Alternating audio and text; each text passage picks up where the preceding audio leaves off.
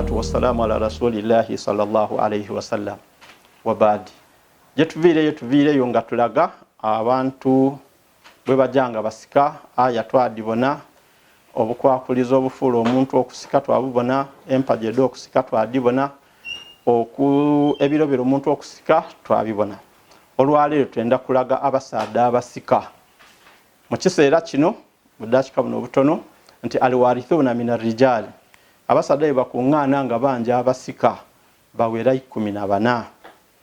14 bano bona basika aye nga bona baba baliwo abasika ku baba basatu bonka okusinzira ku maani gayibwe n'obukwakulizo mu sharia. Nti tusooka ni ibunu twaizaku ibunu n'omwana omulenzi kwaira ku omwidukulu ow'omulenzi n'okwika wansi basika.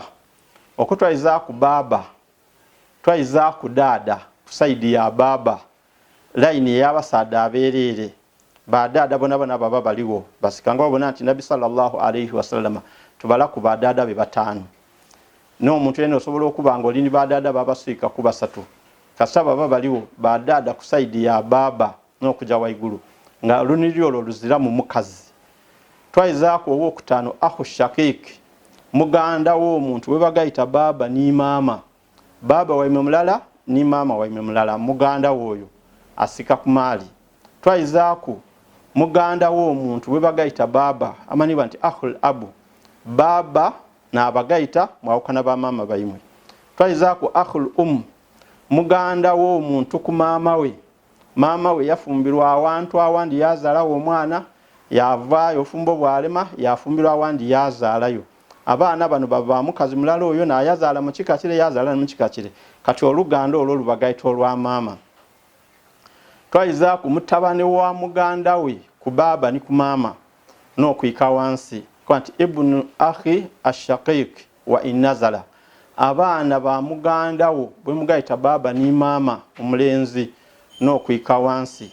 Twaizaku abaana ba muganda wo bagayita baba n'okwika wansi ibnu al-akhu li abu wa inazala.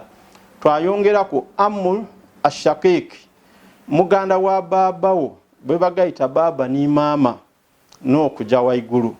Oyo bw'abazaawo twataaku baba wo muganda wa baba we bagayita baba n'okuja waigulu. Awo tuyira ku muganda wa ibnu amul ashaqiq, omwana wa muganda wa baba wo bwe bagayita baba ni mama n'okwika wansi. Then ibnu amul abu wa inazala, omwana wa baba wo muto bwe bagayita baba n'okwika wansi. Azawjun omusaada omufumbo almotik, n'oyo omusaada ayagema emaali ye n'anunula omuntu okuva mu bwidu. Abo mu basaada abasika nabo basaada bali 15 mu bugazi. Singa omuntu afa yalekawo abantu abo bona alladhina yarithu iza jitamau,